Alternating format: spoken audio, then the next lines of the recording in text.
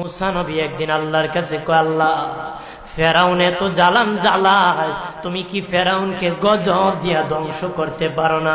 আমার আল্লাহ কয়, মুসা আমি ফেরাউনকে 4টা কারণে গজব দেই না। কয় কারণে?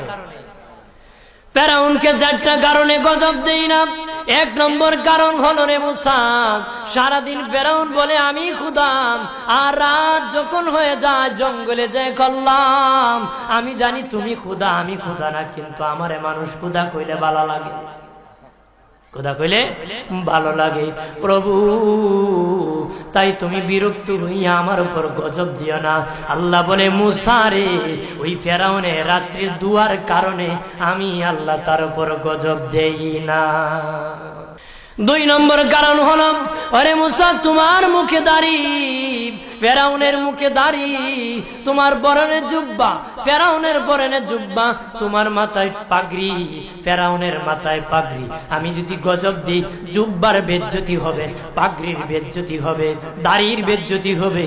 মুসা রে, ওই জুব্বার পাগড়ির ইজ্জত রক্ষার কারণে আমি আল্লাহ ফেরাউনকে গজব দেই না।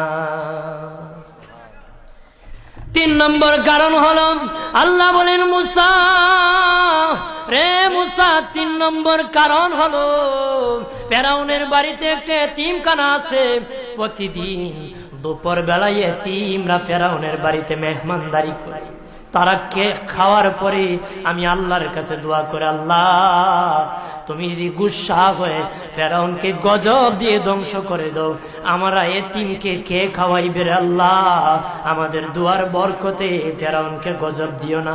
আল্লাহ বলে, মুসা রে, এতিমের দুয়ার কারণে আমি আল্লাহ গজব দেই না।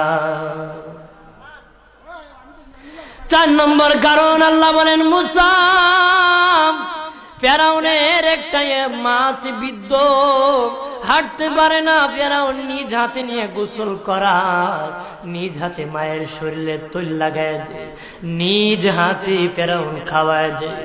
যখন খাওয়ানোর পরে মা বিছানার মধ্যে ঘুমায় যায়, ওই ফেরাউনের মা আমার কাছে 2টা হাত বাড়ায়, আল্লাহ আমার ফেরাউনকে যদি গজব দিয়ে ধ্বংস করে দাও, আমি মায়ের সেবা কে করবে?